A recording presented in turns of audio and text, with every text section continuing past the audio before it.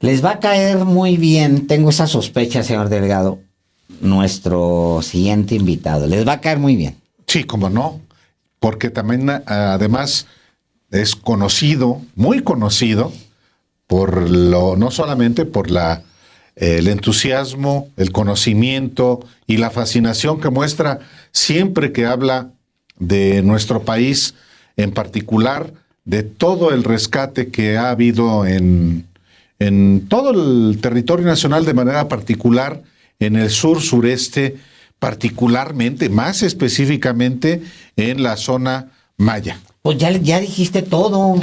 No, pero no, pues si tú Ya lo que querías planteabas era todo, que quién es nuestro invitado seguramente ya lo van a salir. Lorenzo Meyer, dicen. Bueno, le damos la bienvenida al maestro Diego Prieto. Gracias por estar aquí.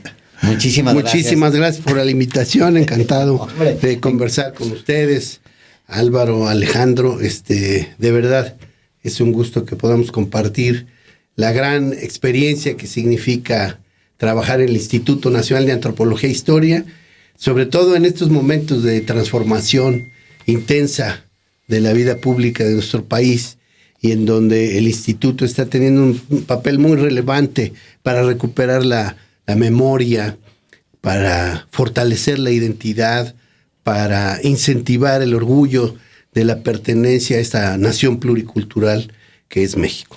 Yo pensé que en una de esas, le colgó el teléfono, en una de esas es el presidente, oiga. Y le cuelga con Laurita que le está marcando. ¿Le marca el presidente a usted directamente? Algunas pocas veces, sí. Fíjese que una vez contestó mi hijo Emilio, le dijo y contesta porque vi un número que no tenía registro, nombre, y entonces me da miedo que me vayan a cobrar. Entonces, hoy contesta, y pues contesta y dice, ¿y de parte de quién? De Andrés Manuel López Obrador. Y todavía le dice, mi hijo, no, ya en serio. ¿Y si era? Sí era. ¿Y era él o era Laurita? No, era él. Había pedido el teléfono, supongo que a Beatriz, y quería hacerme unas preguntas, bueno. Pero él directamente fue el que, esperando tal vez en que una de esas le acaba de colgar, ¿no? Para decirle, no le da entrevista a esos dos señores que están ahí. Ya vi que está ahí, por favor, sálgase.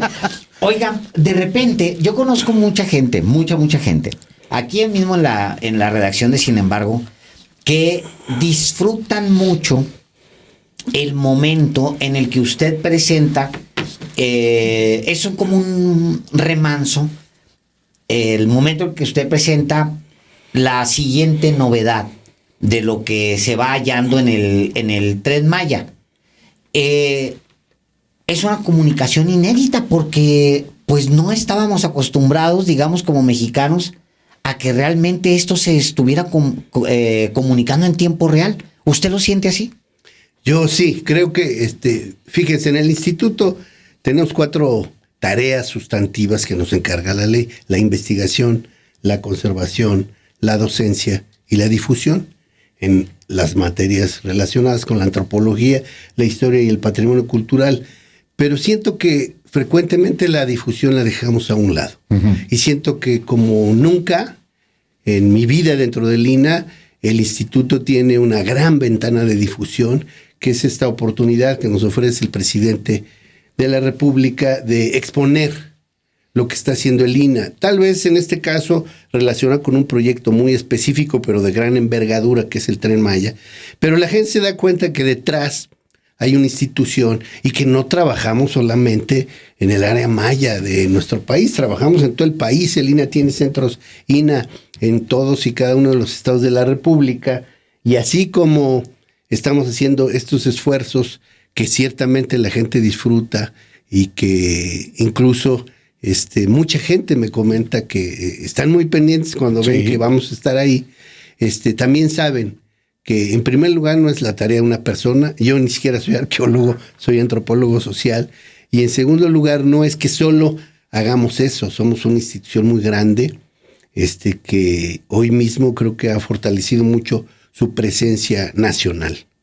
Usted está al frente del Instituto Nacional de Antropología e Historia, y en efecto, aunque no es solo el sur-sureste y específicamente la región de la península, donde el Tren Maya va a correr en más de 1,000 kilómetros, sí es muy relevante, precisamente porque hay un antes y un después en el rescate, en la preservación, en el descubrimiento, en los hallazgos arqueológicos en esa región. Usted, como director del Instituto Nacional de Antropología e Historia, ¿podría decirnos cómo es el antes y el después en las zonas arqueológicas que están en la ruta del Tren Maya? Sí, claro que sí. Yo creo que el aprendizaje que hemos obtenido en esta tarea titánica que está involucrando a cerca de 500 profesionistas de la arqueología, la antropología física, la historia, la antropología social, la geomática, los estudios ambientales, pero sobre todo arqueólogos, nos ofrecen enseñanzas en 3 planos. Primero, estamos en el curso de uno de los salvamentos arqueológicos más intensos, más extensos, más importantes desde el punto de vista de los materiales arqueológicos que se van recuperando, esta gran información que vamos registrando y que por supuesto se guarda en medios digitales, porque además de que se ha recuperado un enorme caudal de información correspondiente a más de 58,000 estructuras inmuebles, sí, de más de 1,400,000 fragmentos de cerámica, de alrededor de 1,000 piezas relativamente íntegras, bienes muebles relativamente íntegros, vasijas, platos, metates y otros bienes muebles, de más de 400 enterramientos humanos, muchos de ellos con ofrenda. Además de todo esto,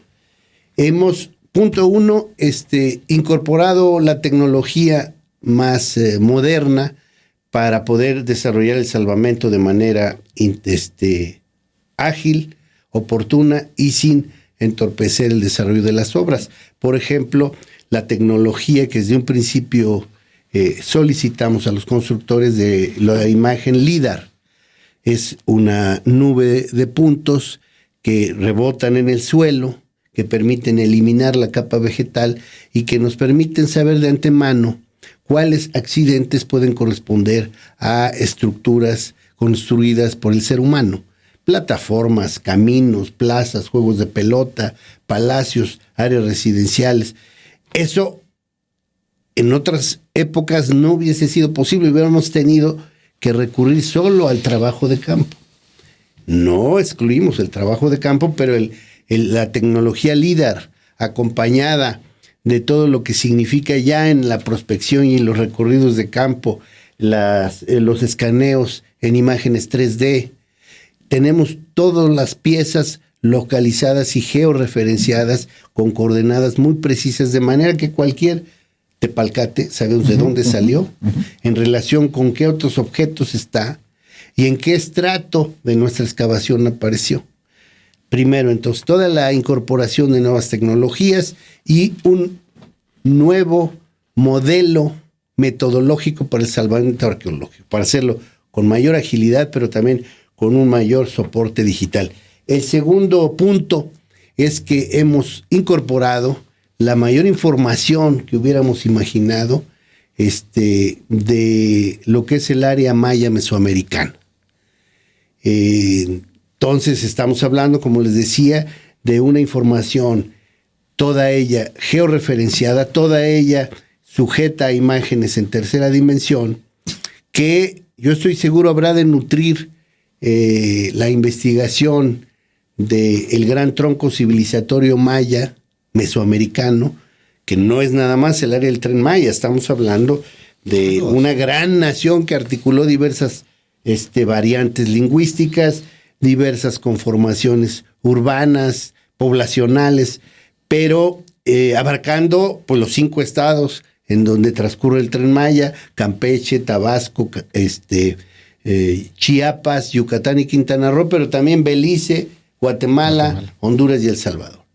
Entonces, la dimensión de la información es increíble. Estamos hablando ya a estas alturas de más de 50 terabytes de información, que para el que sabe algo de eso, pues sabe que son muchos discos duros, decenas de discos duros, y que eso va a suponer la necesidad de una gran bóveda digital que permita interoperar esa información. Y el tercer elemento es que también creo que nunca se había podido hacer de manera simultánea una investigación que ya no es solo la del salvamento, sino la que está incorporada con un programa que ordenó el presidente que se llama Promesa, Programa de Mejoramiento de Zonas Arqueológicas, en donde en 29 zonas, que no son todas las que están cerca de la ruta del Tren Maya, pero escogimos estas 29 por su relevancia, por el número de visitantes que reciben, pero en todas ellas hacemos acciones de investigación, de conservación, de generación de dispositivos de comprensión e interpretación del sitio y de infraestructura. Pero sobre todo regreso a la investigación, porque en el INAH, digamos, toda nuestra acción institucional se nutre de la investigación científica. Y por supuesto que ahora el compromiso que tenemos es compartir todas estas investigaciones con la comunidad académica de México y de todo el mundo interesada en los estudios mayas. En algún momento, usted lo va a recordar, yo le escuché a usted decir que lo que se ha encontrado, lo que se ha descubierto, lo que se ha analizado, lo que se ha documentado hasta el día de hoy, permite dar, o sea, va a dar material para siguientes generaciones, para el análisis de la civilización maya para las siguientes generaciones, pero también va a redimensionar ese imperio, esa nación que hubo entre estos tres países, sobre todo entre estos tres países, e incluso a nivel internacional, convertirla en otra cosa. ¿Cómo imagina usted, después de todo lo que ha visto, que se va a ver en el mundo en 20 años, 30 años más, esta civilización? Sí, mira, yo creo que surgen preguntas y temas a la discusión muy interesantes. Hablando de este tronco civilizatorio que abarca 5 países contemporáneos. 5. Honduras, El Salvador, Guatemala, Correcto, Belice y dije México. 3. Y de México 5 estados. ¿A qué me refiero? Miren, en primer lugar, es muy claro y estamos cada vez dimensionando más la profundidad temporal de la civilización maya. Cuando nosotros pensamos en los olmecas, pues en realidad no sabemos exactamente qué hablaban ni a dónde fueron a dar. Cuando pensamos en los teotihuacanos, el propio nombre de la ciudad se lo atribuyeron los nahuas, que no sabían exactamente qué había ocurrido ahí, que pensaban que ahí surgieron dioses, los dioses. Pero no sabemos exactamente qué hablaban los teotihuacanos. Creemos que venían de Cuicuilco, pero no sabemos a dónde fueron a dar cuando declina Teotihuacán. Cuando hablamos de los toltecas, pues sabemos más o menos que generaron una gran extensión, que pudieron dominar e influenciar hasta el área maya, incluyendo, pero tampoco sabemos exactamente a dónde fueron a dar. Los mexicas se asumieron herederos culturales de los toltecas, pero en estricto no venían del mismo tronco, digamos, lingüístico o etnolingüístico. Y así por el estilo. Pero cuando hablamos de lo maya, estamos hablando de más de 2.500 años de continuidad civilizatoria. Porque hay mayas perfectamente identificables desde el siglo V antes de nuestra era y hasta el siglo XXI. Súmenle, pues da 21 siglos. Eso es una cosa verdaderamente importante. Por otro lado, surge otra pregunta en esta continuidad civilizatoria que habla, y es algo muy interesante que vimos el otro día en Calakmul, incluso con el señor presidente, en Calakmul, donde hay estructuras que datan del siglo IV, V antes de nuestra era, hay figuras que tienen una estilística muy olmeca. Entonces viene una pregunta: ¿dónde termina lo olmeca y dónde empieza lo protomaya? Porque es evidente que compartieron áreas de contacto. Esa es una pregunta que no está terminada de resolver. Siguiente consideración. Ya lo había señalado Alberto Ruliel, que descubrió la tumba de Pacal. En el centro de México, nosotros vamos encontrando ciudades hegemónicas, centros hegemónicos, muy claros. Está Teotihuacán, antes pudiéramos hablar de Cuicuilco, está Tula, está México Tenochtitlan, que dominaron áreas muy extensas y que eran evidentemente centros que ejercían una dominación muy clara y muy centralizada. En el caso de los mayas, hay ciudades-estado, pero no hay una que, digamos, es la predominante en la misma época.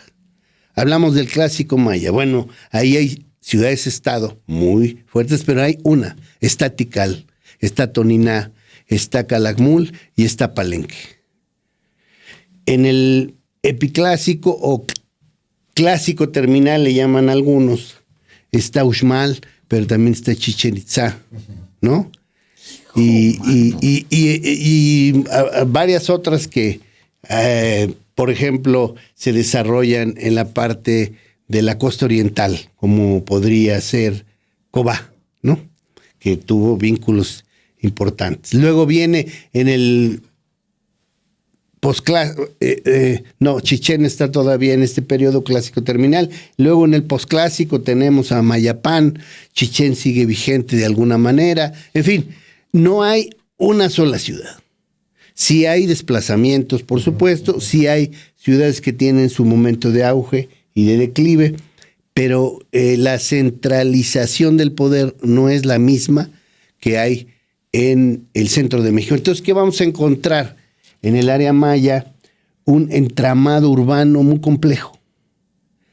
Siguiente cuestión, ese entramado urbano se nos ha presentado ahora como la expresión de una inmensa densidad de población.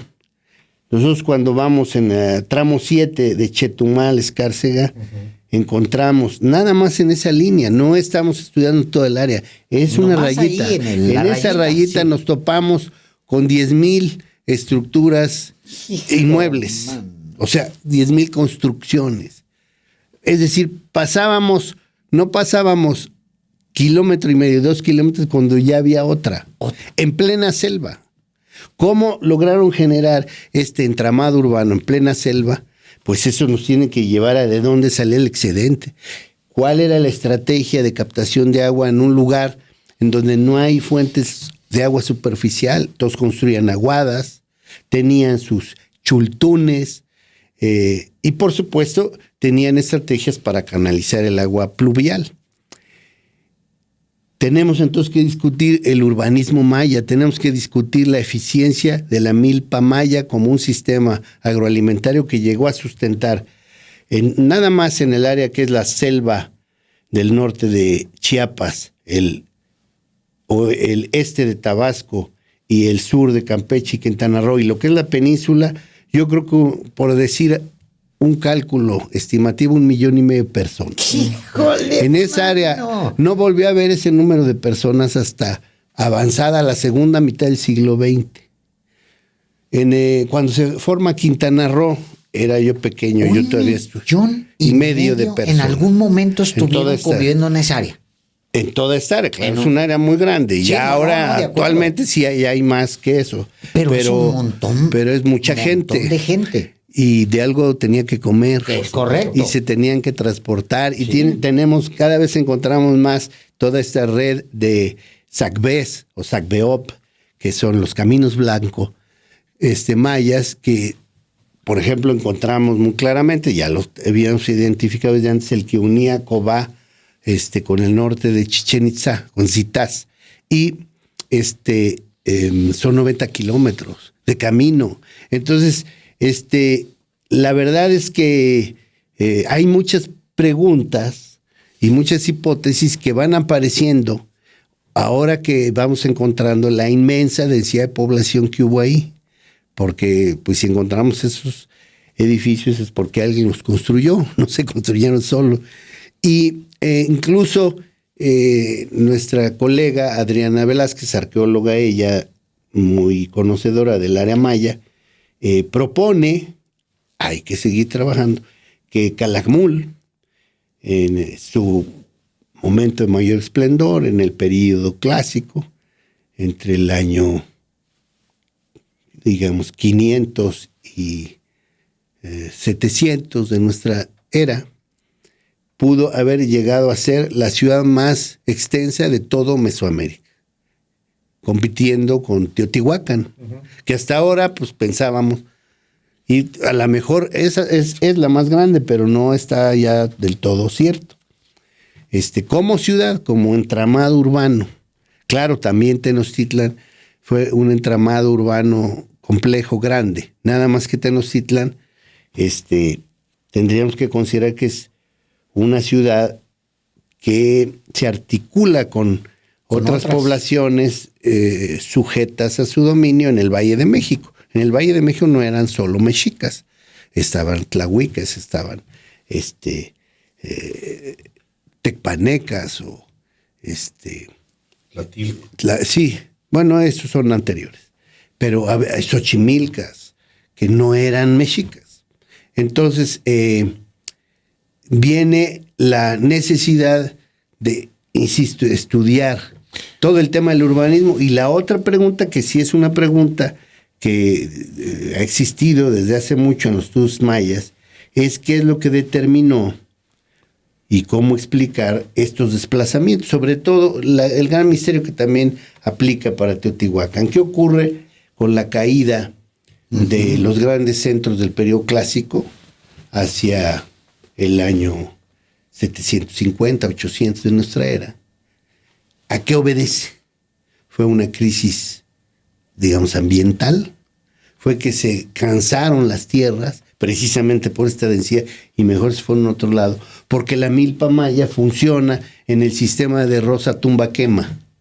Es decir, yo tumbo una parte de selva, hago milpa, esa milpa me puede durar un número determinado de cosechas, 8 o 10 o las que sea, un número de cosechas, y tengo que dejar descansar, se agota, dejo descansar y me voy a otro pedazo de selva. Y eso es eficiente siempre y cuando tenga la posibilidad de dejar descansar las tierras lo mínimo que se requiere para que se reproduzca el acahual, para que se reproduzca el suelo orgánico, que pueden ser 15 años. Entonces, eso probablemente en algún momento se empezó a saturar, y entonces por eso lo que observamos es que los centros del clásico que están en la selva se corren hacia el norte, hacia la ruta Puc, hacia la parte de Chichén Itzá, hacia ¿no había rotación de cultivos? Sí había. Sí había, no, rotación así, pero en un momento dado pensamos que probablemente la población llegó a ser de tal magnitud que no daba abasto. No daba, digamos, esa área. Entonces hay traslado de la población, o bien lo que aplica en Teotihuacán. También es un misterio qué ocurre, por qué cae Teotihuacán, siendo una ciudad tan esplendorosa, que sí hubo un tema de ambiental, de falta de recursos, que sí hubo rebeliones internas, que sí fueron también corrientes migratorias, porque entonces también se dice, también puede explicarse el tema a que la dificultad ya de sustentar la población viene acompañada de corrientes migratorias que ejercen mayor demanda sobre la tierra. La tierra pues tiene posibilidades de dar hasta cierto punto. Sí, no es eterna. No es totalmente elástica. Perdón, que le pregunto esto también porque eso aplica incluso aterriza en la educación. ¿Cuántas personas, cuántos arqueólogos andan ahorita en esta chamba? Solamente lo del Tren Maya y lo que se provocó a partir del Tren Maya. ¿Cuántos son? Ahorita tenemos, además de algunas decenas de arqueólogos que son del INAH, ya orgánicamente, tenemos contratados a alrededor de 450 O sea, profesionales, en su mayoría arqueólogos, que ¿por qué? provienen de 12 diferentes escuelas eso de es lo México. que le quiero preguntar, porque, por ejemplo, o sea, con todo lo que se ha descubierto, con todo lo que ya había, las nuevas nociones que tenemos sobre lo que fue ese imperio, esa nación, pasó en Egipto, que se generó toda una corriente, incluso una escuela, pues los egiptólogos. ¿Qué va a pasar en México? ¿Va a haber mayólogos? Bueno, de suyo sí hay, incluso la UNAM tiene el Centro de Estudios Mayas, que Pero- fundó Alberto Rululié. O sea, sí hay Pienso en una subdisciplina de la arqueología y de la antropología, que son los estudios mayas, y eso lo hay no solo en México, en Estados Unidos, en Guatemala. Y eso se va a detonar. En Rusia. Maestro Sí, se va a Prieto, detonar. se va a detonar porque Ahorita- se va a necesitar gente para que atienda los museos de sitio, para que atienda, para que sigan rescatando, investigando, documentando. ¿No es como un boom de todo eso? Sí, sí, incluso, bueno, la propuesta de la Secretaría de Hacienda, la Cámara de Diputados aprobó una provisión presupuestal para que continúen estos trabajos. Que muchos fue muy comentada en la prensa. ¿A qué me refiero? El presidente ofreció que todos estos profesionales tengan asegurado el trabajo de aquí al fin de su mandato y que los trabajos que estamos haciendo en el Promesa, Programa de Mejoramiento de Zonas Arqueológicas, no se detengan aun cuando ya el Tren Maya haya estado concluido, que sigamos trabajando. Y además, como bien dice Alejandro, abrimos nuevos museos, 8 nuevos museos, Sí. el Ateneo Peninsular, abrimos más zonas arqueológicas, alguien las va a tener que atender. Y entonces pues, necesitamos el hijo, pero también necesitamos la torta incluida para darle de comer. Sí. Entonces, ese tema es muy interesante, porque además si hablamos de la arqueología, insisto, aunque yo no soy arqueólogo, y sería interesante también abrir campo a los etnólogos, a los antropólogos sociales, pero lo cierto es que hoy por hoy es difícil que un arqueólogo no consiga trabajo, de verdad, porque no hay miles de arqueólogos. en Aquí este país. trabajo hay. Aquí trabajo hay y insisto, aquí también hacen presencia prácticamente todas las escuelas que tienen la carrera de arqueología. Le quiero preguntar lo siguiente, porque en el caso, me he concentrado en el caso del Tren Maya, porque también se ha dado con una celeridad. Los antropólogos, todo el personal abocado a la investigación, a los hallazgos, al mantenimiento, tiene un ritmo. Y es normal que hay que observar efectivamente cuando se encuentra un tepalcate, por ejemplo. Pero ahora con todas las premura que por instrucción del presidente ha habido, a ver, necesitamos terminar en tal fecha, el tendido de rieles. Ahí están los trabajadores, los arqueólogos en las excavaciones y atrás traen a la tropa. Apúrenle porque hay que avanzar la obra. ¿Cómo se generó? ¿Se generó tensión ahí en algún momento? Yo sé que sí. ¿Qué tanta? Mira, siempre hay una tensión entre los tiempos de obra y, ojo, porque el INAH va a cumplir 85 años y tenemos 85 años haciendo eso. No es la primera obra ferroviaria, hemos acompañado obras hidroeléctricas, obras de tendido eléctrico, de exploración y perforación de pozos petroleros, de crecimiento urbano.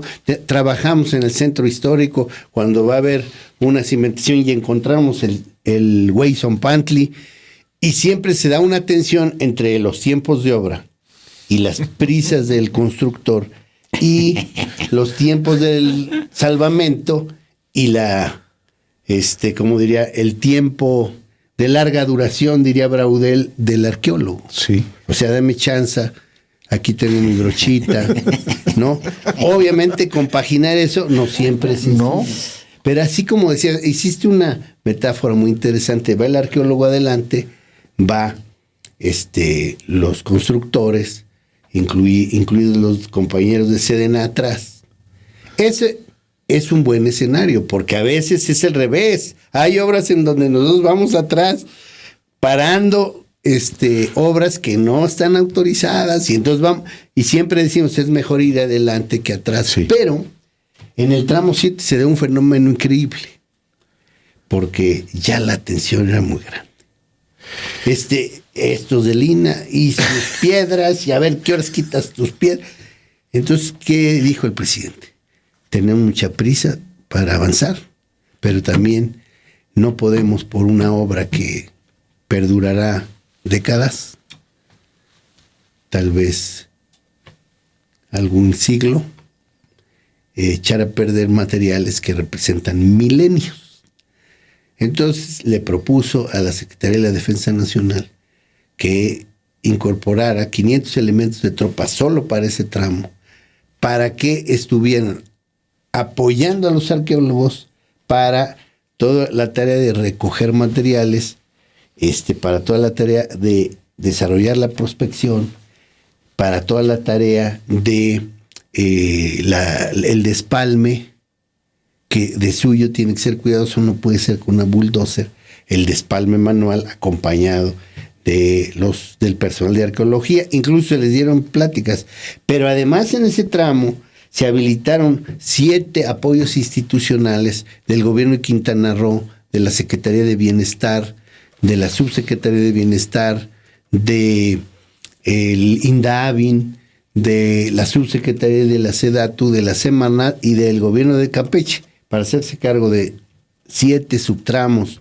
o frentes en el tramo 7 para que nos apoyaran en la logística. Entonces, tareas que nos hubieran llevado en tiempo normal, incluso tiempo,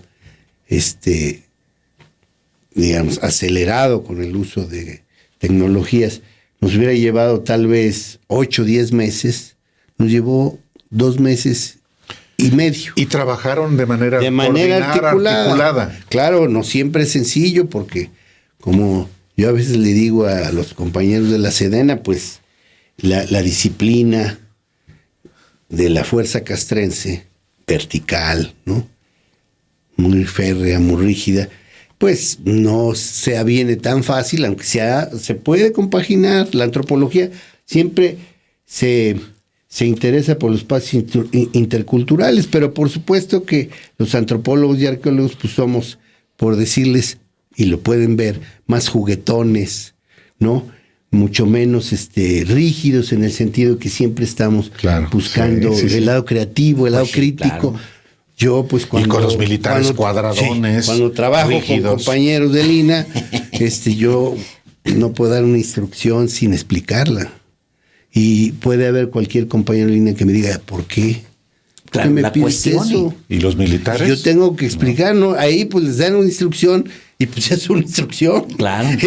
No se cuestiona. Pero es interesante también esta relación que se dio. Muy interesante. Muy importante. Incluso valdría la pena, en la antropología social hacemos mucho etnografía, que quiere decir la descripción de fenómenos socioculturales, ¿no? Y a veces podríamos hacer una etnografía de esta experiencia de trabajo conjunto, arqueólogos, soldados. Y una más, porque fíjese, Dani Barragán, que es compañera de aquí de Sin Embargo, tiene un espacio en la mañana que se llama Café y Noticias. Tengo un compromiso con ellas porque mi hija me pasó una emisión de Café y Noticias donde me dicen que me querían invitar, pues yo nomás estoy esperando cuándo. No, pues ya. Voy a estar. ¿Ya quedamos? Sí. Primero aquí con ustedes, pero ya voy con ella. No, ya. ¿Qué dice ella? Ella le pregunta. Primero dice, dile por favor que soy su fan, nos dice aquí en el chat, ¿no? Y segundo, la experiencia de incluir a la gente de las localidades en las tareas directas de Lina. Ese es un tema muy importante, muy interesante. Sobre todo lo vivimos de manera muy intensa en lo que se llama la ruta PUC, que es la que está integrada por sitios como Uxmal, como Oxquintoc, como Cabá, como Sayil, como La Labná, Chacmultún. Estamos hablando del sur de Yucatán y una parcialidad de lo que sería el noreste de Campeche. Pero Uxmal es el centro. Y cerca de Uxmal hay una comunidad que se llama Santa Elena. Bueno, en Santa Elena hay un grupo de mujeres que ya son expertas en el manejo de argamasas para la restauración de edificios mayas, que ya son expertas en el cuidado de decoraciones arquitectónicas en estuco, que pues ya son expertas en cómo entender un edificio que está desplomado para poder reestructurarlo. Ellas han aprendido mucho con un colega arqueólogo mayahablante, Pepe Uchim, José Uchim. Por cierto, el hijo y nieto de Custodios de Lina. Uh-huh. Y ellas ya nos están empezando a ayudar en otros espacios, en otros sitios, para justamente habilitar a la gente de la comunidad como auxiliares en la materia de conservación de edificaciones y de materiales arqueológicos. Yo creo que es una experiencia fabulosa. Me ha tocado estar en excavaciones allá en la zona del Tren Maya, en donde la gente dice, bueno, es que además de que tengo un trabajo, pues estoy encontrándome con mis ancestros, con mis antepasados. Sí. Y me estoy enterando de cómo vivían y de cómo hacían sus casas. Qué maravilla. Entonces es una cosa de verdad emocionante, ¿eh? No, hombre. Y podríamos seguir hablando aquí sí. Mucho tiempo. Seguramente las miles de personas que están conectadas en México y en otros lugares del mundo estarían muy interesadas en seguir escuchándolo, porque no es solamente lo fascinante en sí mismo de esta cultura, sino también lo que se genera entusiasmo, genera orgullo, genera, por supuesto, identidad. Y habrá oportunidad de volver a platicar. Hoy quisimos que fuera se nos ha ido el tiempo, pero podemos seguir platicando, Alejandro, sí, mucho más. Pues sí. Pues ya nos tocará seguir conversando, maestro. Sí, invítenme Prieto. Y yo seguiré acudiendo. Otra vez las amigas de Café y Noticias. Sí, claro. Cuenten con mi ya les acabo de escribir. Y les obsequié libro. Hermosísimo. ¿Qué es, maestro?Ejemplar. Es José María Velasco, es el mural. Sí, no, es el libro. El libro. Ese es un trabajo que se parece a Velasco, es una imagen fotográfica. ¿Es una foto? Una foto. No es Velasco. Velasco, yo que estoy diciendo. Una foto velasquiana. Sí. Velasquiana, digamos. Pero ese libro surgió en el 2021 desde un encargo que nos planteó el presidente, que nos lo planteó desde el año 19, en donde nos pedía un libro que hablara de las grandes culturas y civilizaciones que han florecido en nuestro territorio y que diera una perspectiva antropológica de la historia y la geografía de México. Este libro fue dirigido para todos los profesores de enseñanza media, secundaria, fundamentalmente, que imparten historia, civismo, geografía o ciencias sociales, en la idea de que nutrieran su formación como maestros.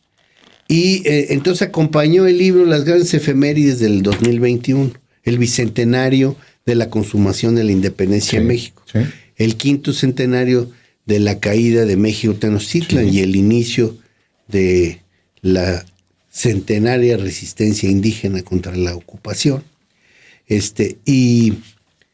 Esto fue una experiencia muy, muy interesante de articulación de investigadores de distintas disciplinas, de distintas corrientes teóricas, de distintas posturas ideológicas, pero todos interesados en presentar de manera asequible lo que es México, en su grandeza, en su diversidad. Y es una presentación que usted hace, maestro Diego Prieto Hernández, a quien le agradecemos hoy el privilegio de compartir con usted que nos ve y que nos escucha, pues una probadita de lo que muchos vamos a descubrir en buena medida con el Tren Maya, una extraordinaria, digamos, vivencia que muchos, me cuento, queremos tener ya en esta nueva etapa. Para la próxima les prometo, porque sí se nos olvidó traerles la gran guía Tren Maya. Uy, Sí, por está supuesto. muy bonito. ¿Cómo, hombre? Si no, mándaselas, Arturo. Sí, porque Y luego hablamos de ello. difundirlo. Sí, Por supuesto claro, que sí. y hablamos guía de del ello. Tren Maya. Maestro, pues un privilegio tenerlo aquí. Ya teníamos mucho tiempo de que queríamos que se diera una Sí. vuelta aquí a los periodistas para platicar. Es un privilegio además lo que está usted haciendo. Aquí estamos, no hay plazo que no se cumpla y pues ya una vez que conocimos el camino, pues vamos a seguir viniendo. Correcto. Ya está. Muchas gracias. Gracias, maestro.